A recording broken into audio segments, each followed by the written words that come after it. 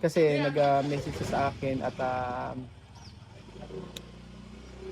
nangihingi siya ng pera. Oh.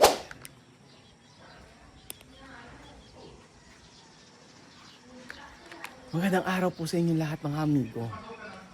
Magandang araw po sa inyong lahat mga amigo. Magandang araw po sa inyong lahat mga amigo.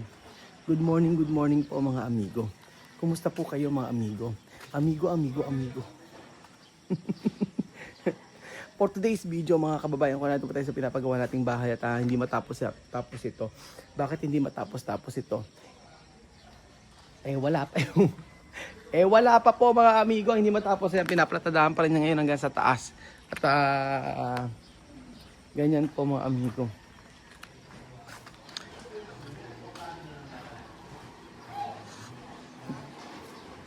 So nagkukuha ka na naman ng mga basura, Ate Janet. Hindi, iuwi mo na yan kung gusto mo. Ano na naman ba yan? Ang alapa, di ba mamaya pang... Ate Janet, kamusta ka na? Okay ka na? Alam mo, mula ng 2 araw na wala kang dami sinasabi ni Belinda sa'yo. Sinisiraan? Sinisiraan. Ate Janet, halika rito. Oo, ang dami sinasabi. Kailan pa magkakape? Yosef? Belinda, laki na sinahod mo kaya, 50 mil ah. Salamat naman. Kaya naman ako. Ayaw magsalita. Ano ba ginagawa? Alam mo, pag mag-usay ka, pa 2 days lang ha, hindi po pwede marami. Oo. Diyan ang dami sinasabi sa'yo ni Billy tsaka ni Beljun. Oo. Hindi, si Beljun na pinakamadami nasabi sa'yo. Ay, sinasabi mo kapit doon. 2 araw ka daw na wala. Parang mas maluwag daw pag wala ka dito. Oo, meron pa siya sabi. Tahimik daw pa. Sabi tahimik daw, tapos pagkayari daw, hindi daw ubos yung kape. Sabing ganon. Oo. Tapos yung tubig daw, hindi daw laging order ng tubig. Talaga yung salamin. Sabi natin daw, pag tuloy nakita mo daw sila, gusto siya inuutusan. Ano? Nag-i-escape po na nga siya, gusto na umalis dito, mga nang card, umalis na siya, pagpunta daw siya, nakita mo na, ano pa nakita mo yung sila dito, at sabay dito na siya, pauwi daw siya. Nakita mo daw siya na mag-escape na nga siya, mag-escape po na nga siya dito, kasi pauwi daw siya. Kaya siguro 2 araw hindi pumasok, nagpanggap. Janet, gawin mo nga ito. Pagpasok na lang siya yung video, pinagdap niya, nakaso na yan. Kung saan sabay doon na sabay dito yan, para pa, pagtitingin ko siya. Hindi ko pa alam kung kaya pag umalis ako, nakasulod ka sa akin. Pero ang dami talaga sinabi, lalo na si lalo si Billy. Sabi nga ni Billy, lagi ka rin nanghihingi sa kanya ng pagkain. Tapos yung bigas daw hanggang ngayon hindi pa binabayaran. Tapos pagkayari daw ay oo. Naku, ang dami mga sinasabi ni sa'yo, ni Billy. Pero si Beljun talaga puro mapanira yung mga sinasabi sa'yo. 2 araw ka na wala. Ang sabi pang ganun ni ang sabi pa ni Beljun sa'yo, Ate Janet, alam mo ba? Sabi ganun ako si Ate Janet Eka. Ano paborito niya yung kape kung tinabi, no? Ba't wala nakikinig sa akin? May nakikinig. Siguro, ewan ko sa'yo. Ang daming Wala, ate mo nga. Ano ba yan? Sige. Ano ba to? Alam mo nga, pinagluto kasi ng palukan ng kapatid ko. Kaya ko yung pogi kasi kasi Siguro po sa luyon. Tapos? bangko. ano? Iuwi mo na at bili muna sa inyo. Alam mo kung bakit? Bumubulong naman si kay Beljun. Iuwi mo na muna yung ulam at makakainin ni Beljun yan. Ay, wag. Kakainin ni Beljun yan. Nako, sabi ko sa'yo. May ano pala doon, may tirador pala na ano doon. Ate Janet, ano masasabi mo na sinisiraan ka ni Beljun tsaka ni Billy pa nung wala ka? Hayaan mo sila. Ganyan naman talaga yung tao kapag kaharap ka, mabuti ka, pag nakatalikod ka, kung ano sasabihin sa'yo. Ba't ba nagkasakit ka? Ba't ka nagkasakit? Sabi mo ano, di ba nung gabi na, nagpausok si Mama? Nagpaano? Pausok, lakas ng usok. Kala ko nagpapanggap lang si Ate Janet. Nagpapanggap ka lang ka ako na nag-ano. Nakalikabok sa kadaw usok. Ano kinalaman nun? Iuwi mo na nga ito. Ano to? Iuwi. Ano ba to? Wala naman yata na lang. Diba isali yung asukal? Uwi mo to okay, nene. Isa rin asukal. Magkapit tayo. Oo. So ayan po mga amigo. Dito po sa pinapagawa natin, maayos naman na siya. Kaya lang talaga, ang challenge namin dito yung paglilinis. Kailangan mga 5 kami. Ipambahira.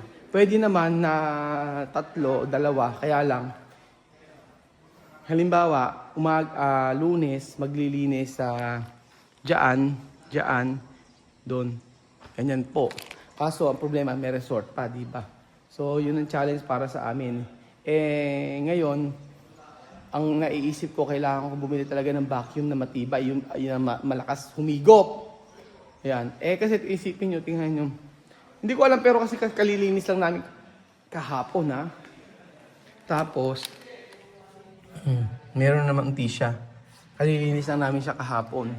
Ganun siya kaanong mag-aalikabok. Pero,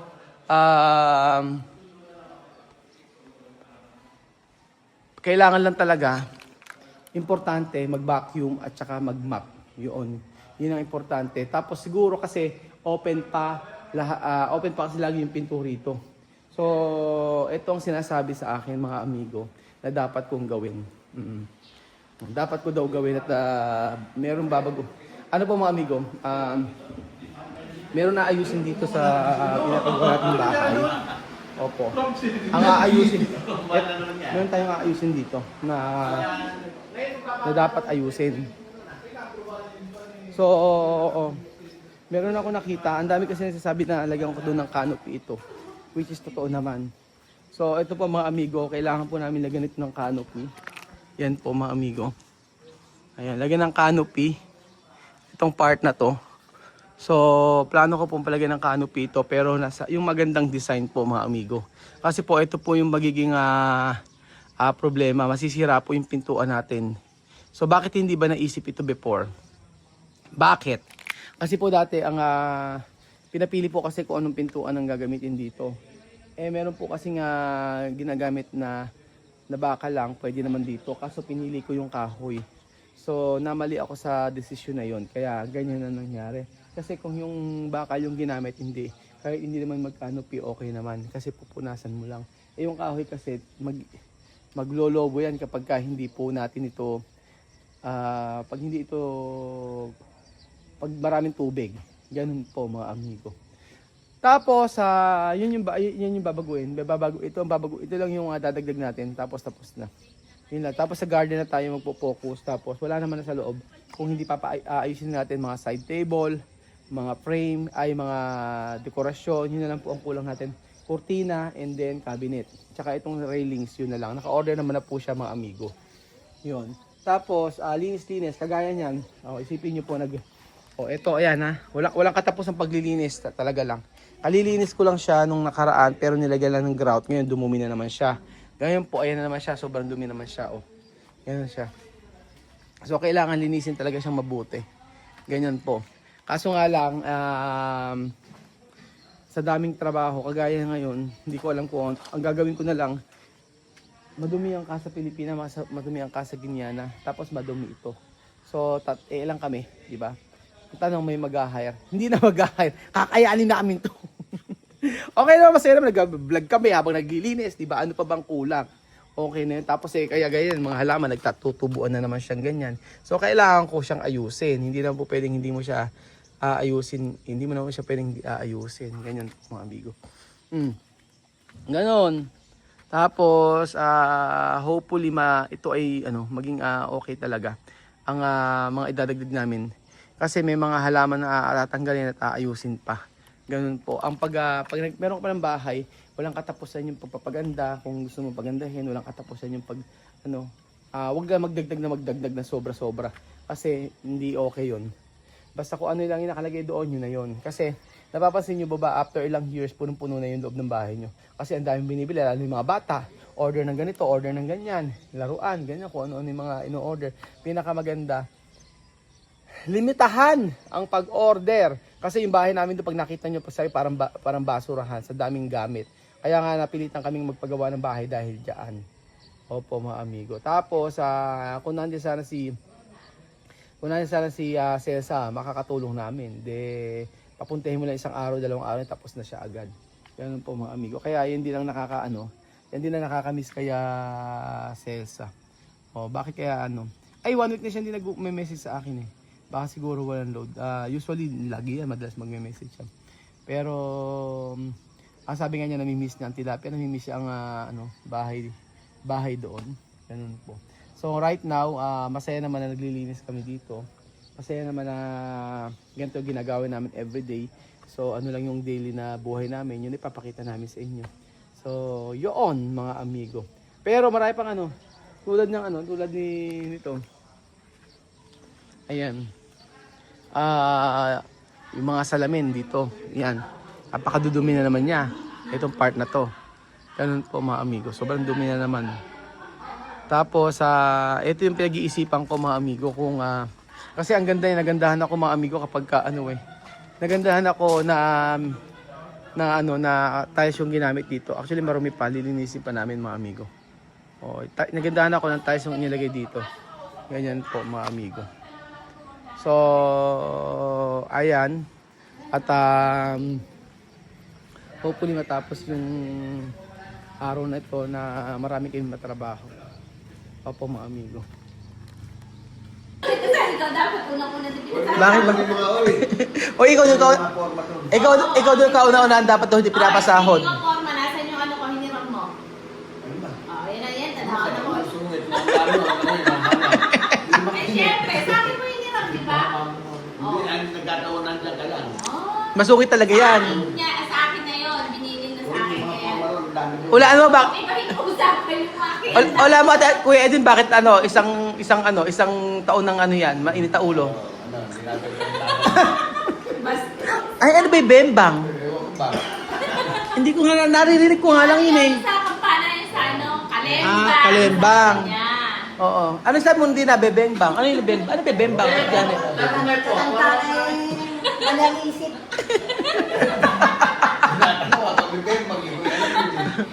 Mo. Nung kantahan niyang bimbang niya, yung bibiray ka.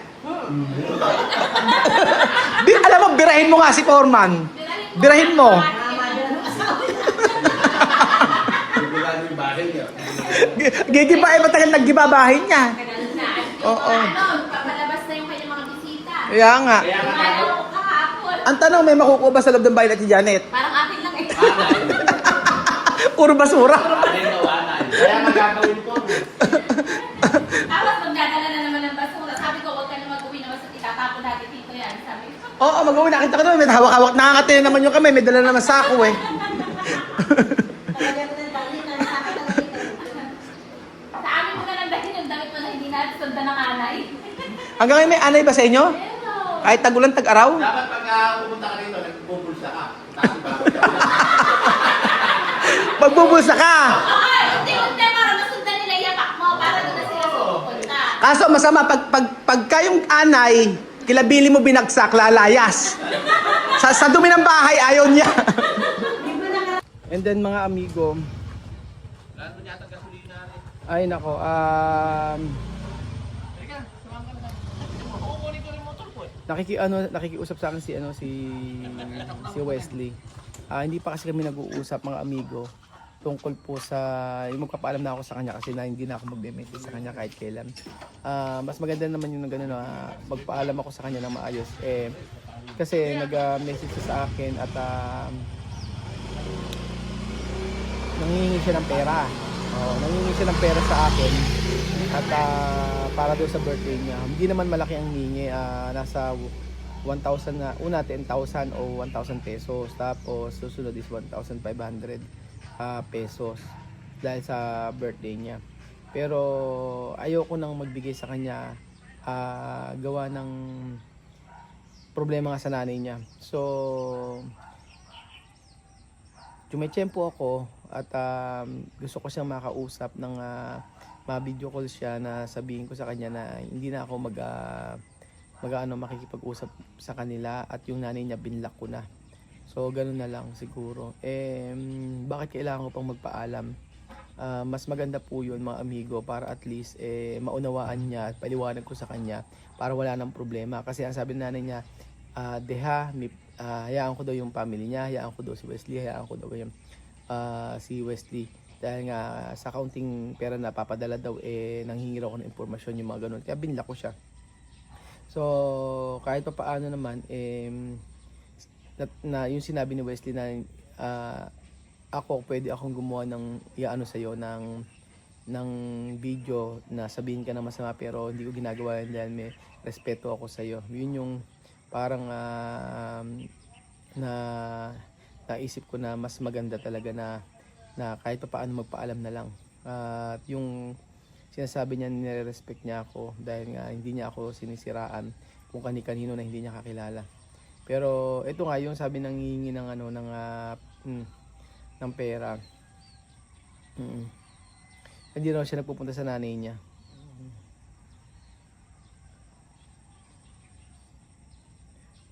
Sabi ko ayan. Sabi ko nagpapadala naman yun sa nanay mo yung ng pera. Tapos sabi niya ayan necesito esto por favor, kailangan doon niya ng 15,000. Ayan po. Tapos sabi ko yung nanay mo nagagalit. Yan, yo no sé por qué yo no voy más en casa de mama.